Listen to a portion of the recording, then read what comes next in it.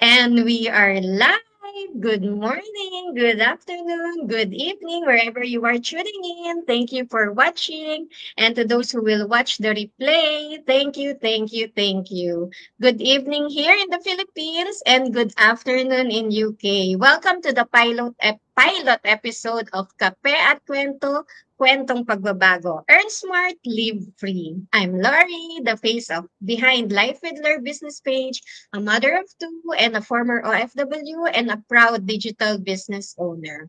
So tonight, we're starting this series with a real, raw, and powerful story of transformation. So yung real talk ko, because previously I have the real talk, it come up to episode 29 na, so I will stop it as I have now this kape at kwento. So I have a cup here. Kape at Kwento, Kwentong Pagbabago series. So joining us live is someone I deeply admire, a fellow Filipina from Davao, a cardiology nurse in the UK for 24 years, and now a proud digital business owner. Her name is Reggie. Reggie, thank you so much for saying yes to this Kwento night. So please introduce yourself, Reg.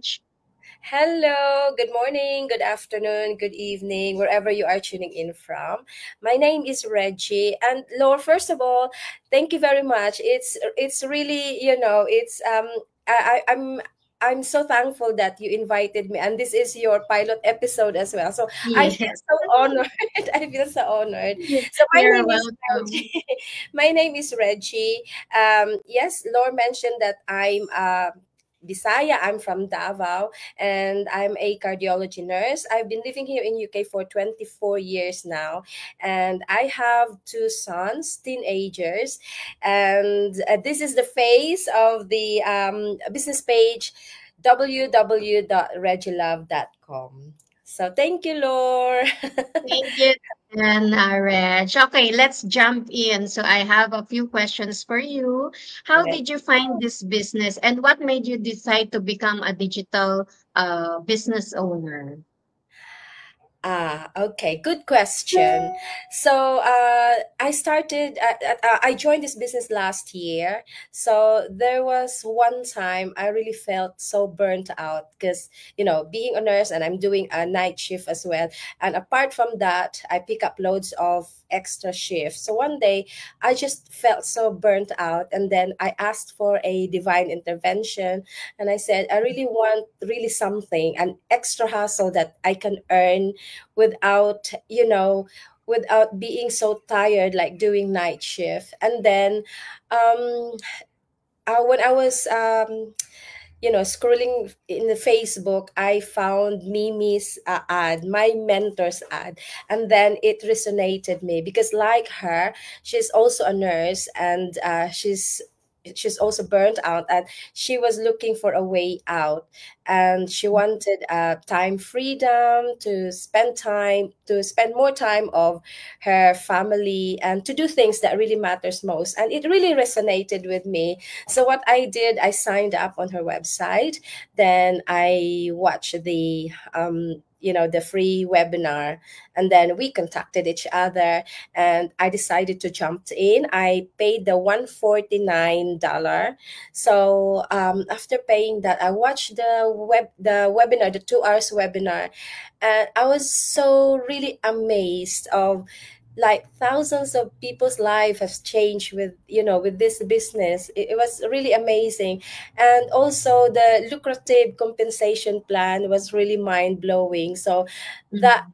really inspired me to go for it, although I didn't started the training straight away, because like anybody else, you have that fear, and you will be overwhelmed. But then eventually, I started the training, and in my experience, it wasn't really easy to start with, because being a I'm not a tech savvy, so I really struggled to start with. But here I am improving.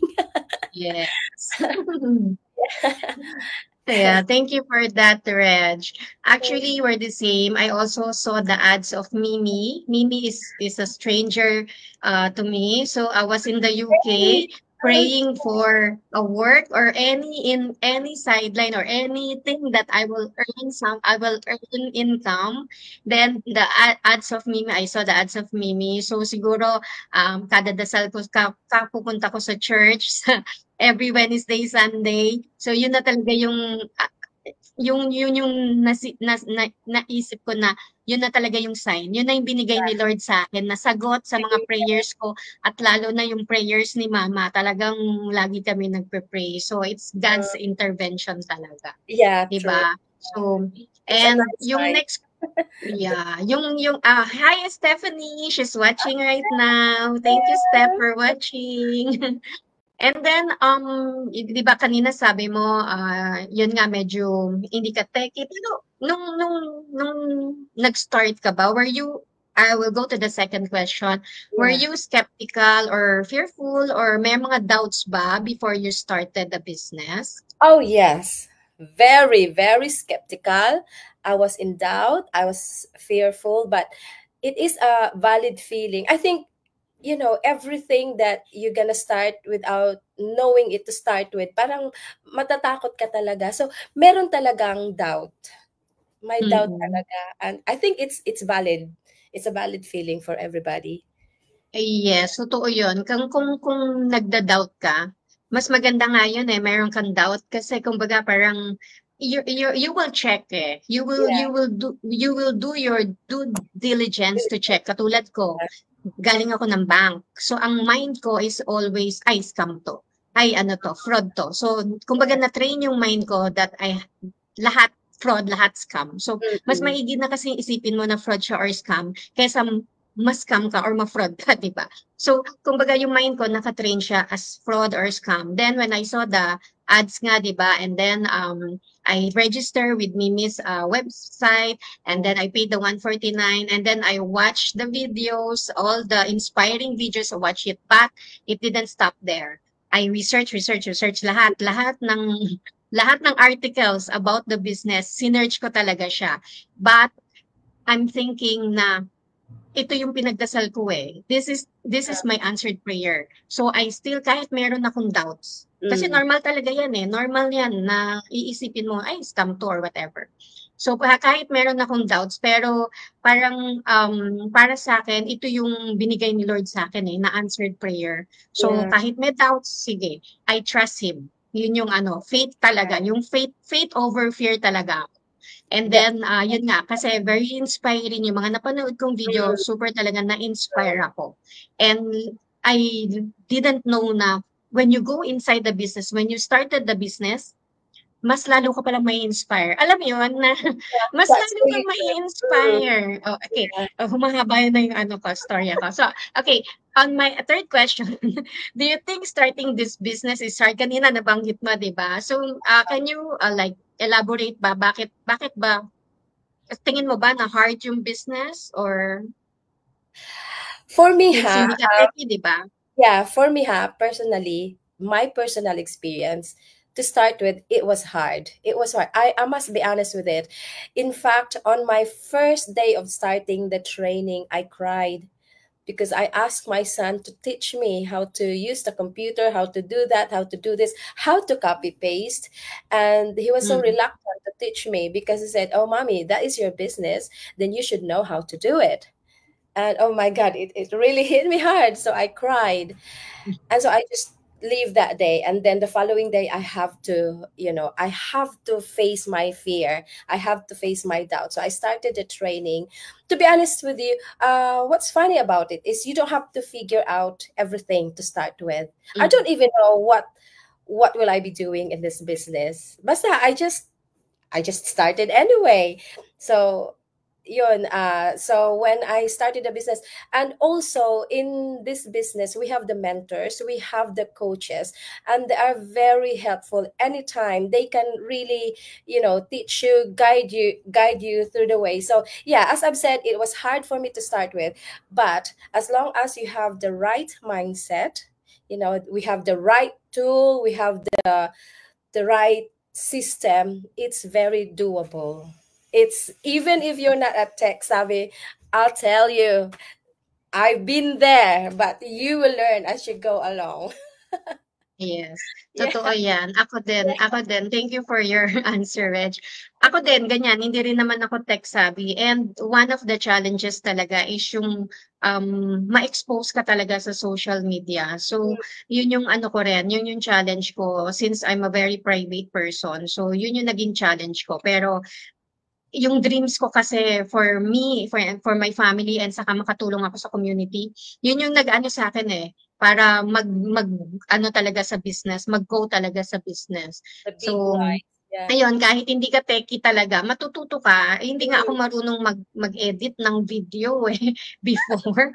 Dito lang Matuto. sa ano, sa business natin, ayan, natuto ako, di ba? Kasi may step by step training. Tapos, basta you need to be coachable, tapos sundin mo yung mga steps para Mm-mm. ano, di ba? Para maayos mong magawa yung training.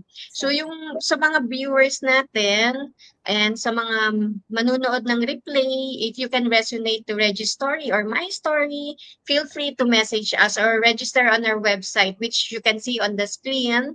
My website and Reggie's website. You can register with your name and email to get started. So, wag kayong magpapahuli sa success. Okay, Exactly. number 4 question, Reg.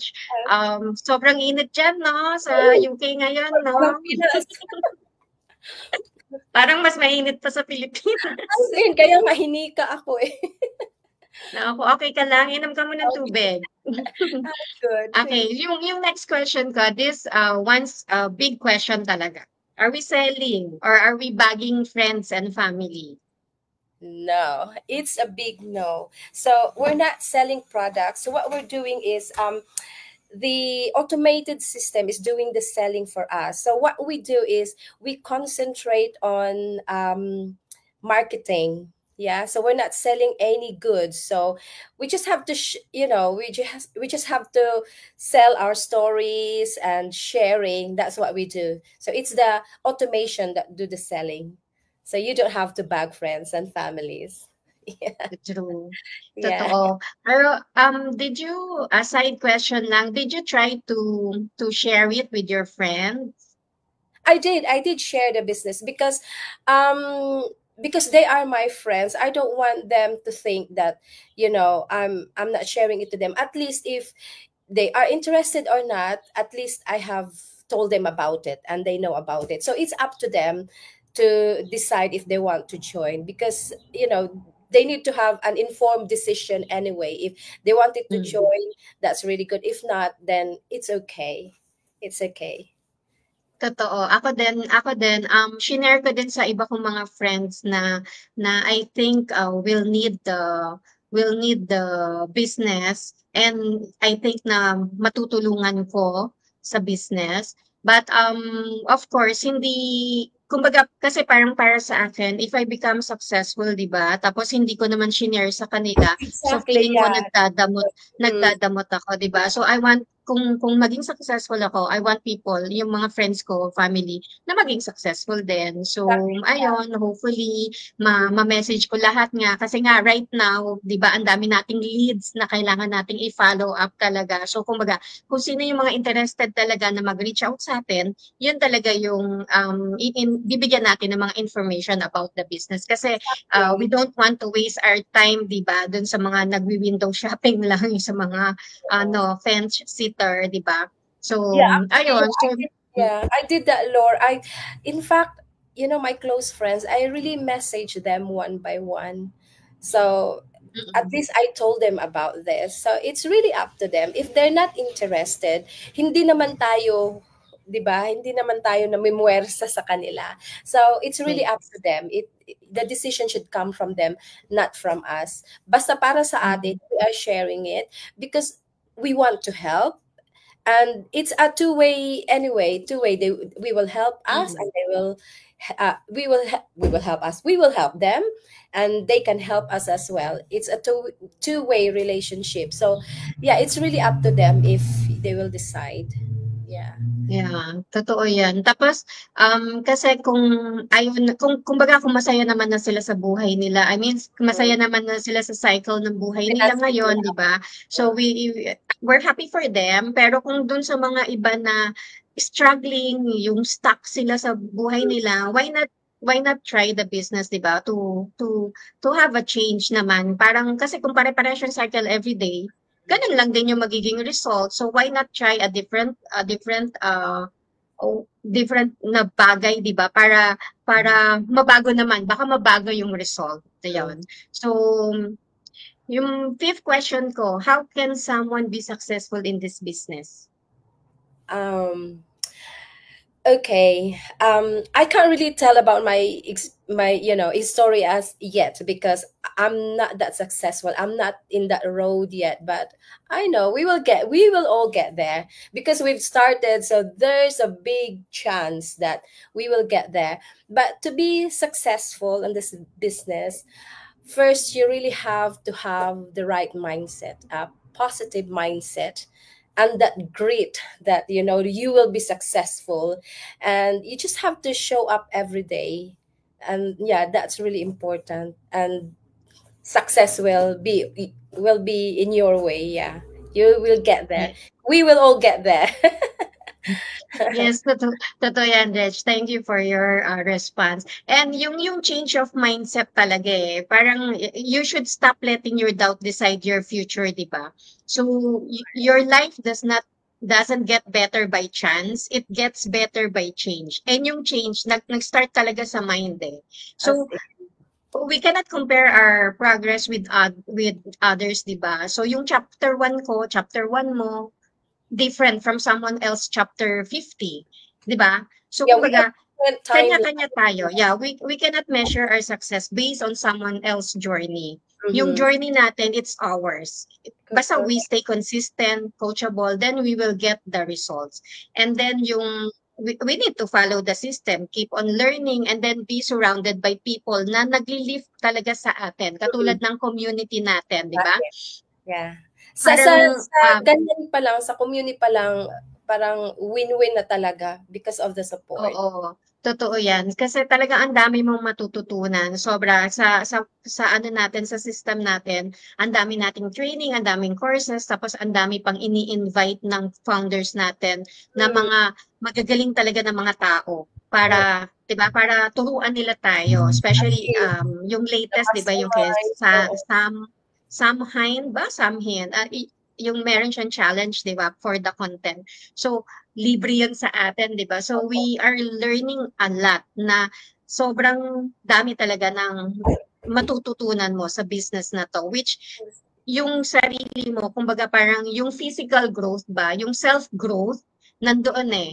So, once Correct. na yung self mo talagang na-change mo, yung mindset mo na-change mo, doon na sunod-sunod na yan, darating na yung success natin, di ba, sa business. So, Correct. right now, siguro financially, hindi ka pa successful, di ba? Oo. Kasi nag-start ka pa lang. Mm. So, ganun din ako, same with me, I just started, newbie pa lang.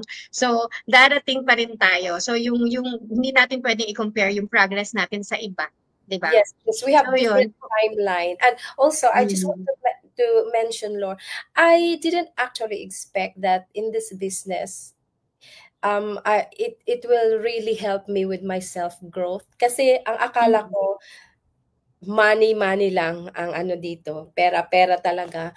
But I'm just so Mm. amazed how it changed me as a person, honestly, because I'm not this confident enough. I have so many self limitations. Although mahilig naman ako mag-post sa Facebook, pero I'm not that confident in myself. But with this business, it's really helping. To be honest, honestly lang ha. Ewan ko kung makikita ng mga tao sa paligid ko, but I can feel it, in myself na I'm growing as a person. Parang naga-adulting na ako. Parang late bloomer. This is the good Totoo yan. thing about this business, yeah. Mm. Ako din, parang yung mga skills na akala ko hindi ko siya matututunan. So, natutunan ko siya. Pero yung talagang, yung na-change talaga sa akin is yung mindset talaga. Mm, Tapos yung parang, oo, meron ako mga dreams para sa sarili ko, para sa mga anak ko, sa mga sa family ko. Meron akong dreams, pero nung pumasok ako dito sa business na to, nung nag-start ako sa business, and as I go along every day, mas lalong nagiging ano, yung parang mas lalong yung dreams ko mas nagiging ano siya, yung parang mas nagiging stronger. Tapos yung urge mo na makatulong ka sa ibang tao, 'di ba? Kasi alam natin yung hirap eh as oo. Kasi OFW, 'di we ba? are experiencing it, so gusto natin makatulong Ayan. din.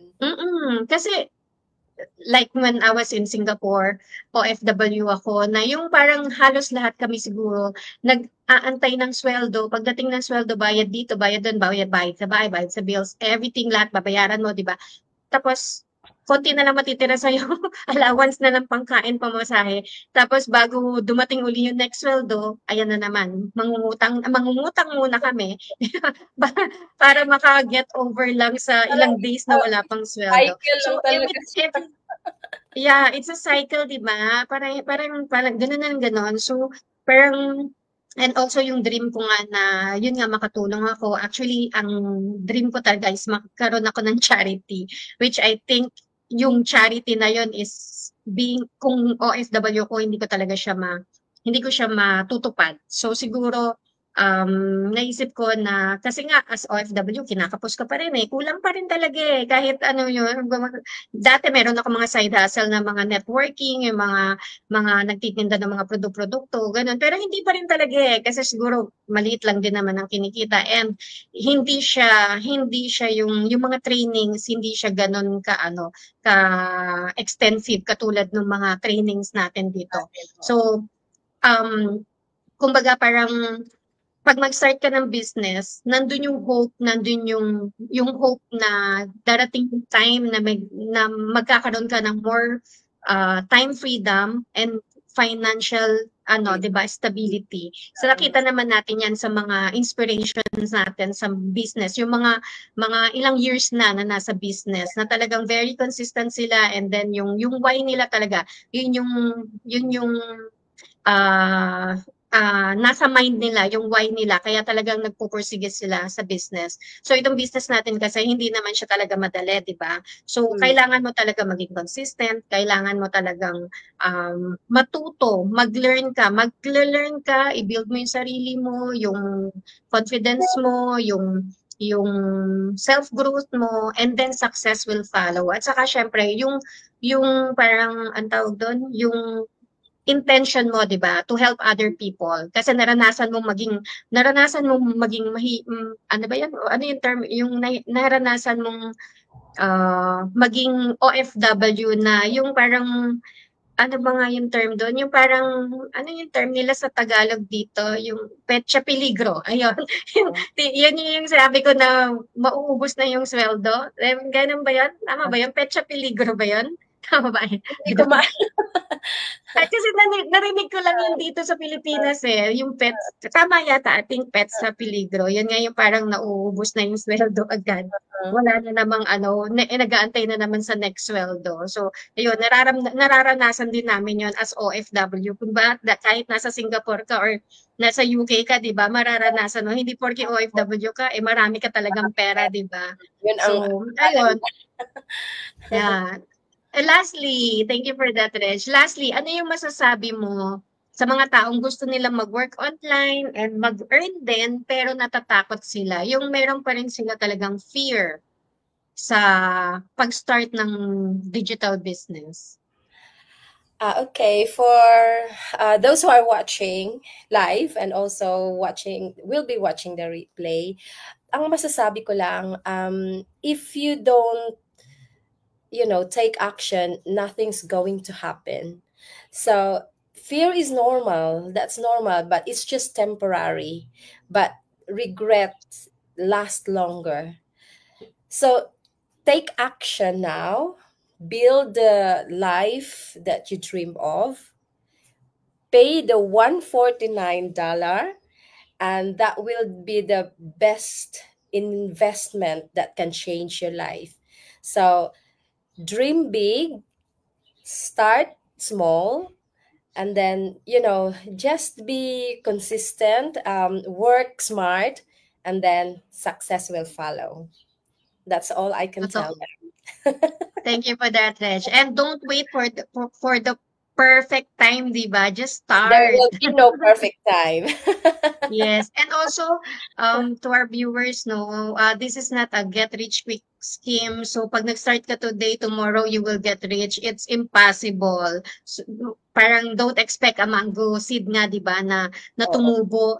Itanim mo ngayon, then tomorrow it will grow, it will bear fruits. ikaw. No, you need to nurture it, you need to water it. Kailangan mahalin mo yan, alagaan mo yan para mag-grow. So same din sa business, 'di ba? Tapos if you want to change yung cycle ng buhay mo, yung ayaw mong gigising ka lang, papasok ka sa work, tulog, tapos mag-aantay na naman ng sweldo, tapos ayun na naman, bayad sa bills, paulit-ulit, everything the same, di ba? So, yun, try nyo na mag-side hustle or, di ba, find time. Kung minsan sinasabi kasi nila, wala akong time, busy ako, pagod na nga ako sa trabaho.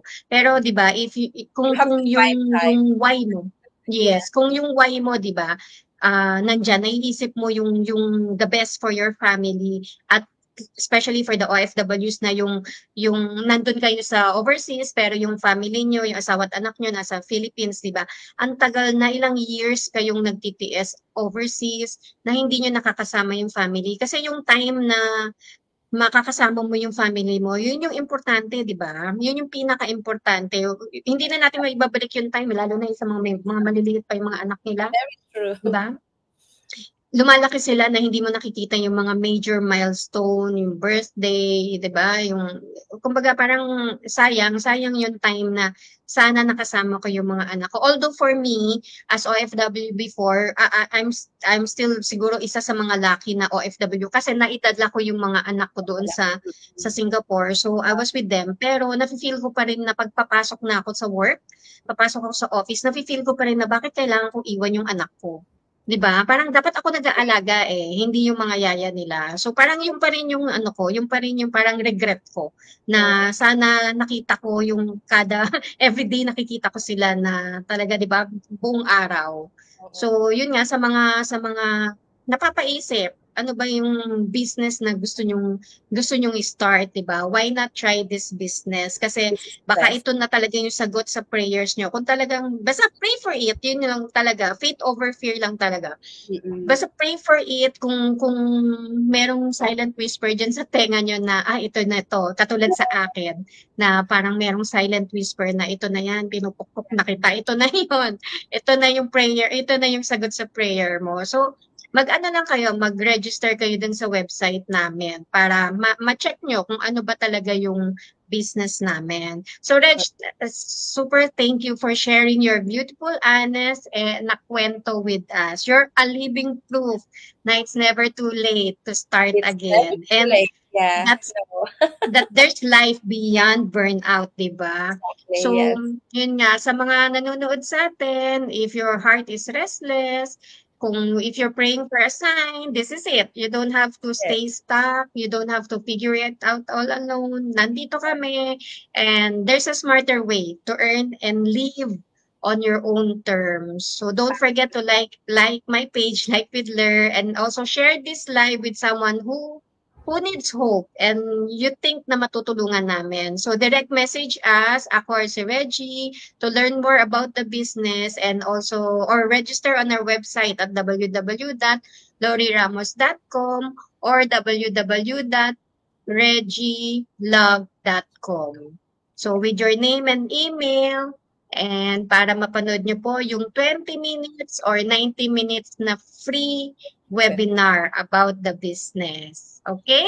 And thank you so much, Reg. I'll see you Thank next on you. I'll Thank see you. you It's really my pleasure to be with you on your first episode. Thank you so thank much. you so much. Ikaw yung unang-unang guest ko sa Yes, sa I'm so sa honored. pilot episode ko ng Kape at Kwento, Kwentong Pagbabago. It was Thank inspired you. by Maria Santos from Canada, yung Bagong Umaga, Bagong Pag-asa niya na Go Live series. So let's earn smart and live free. Good night and God bless. Bye-bye. Bye.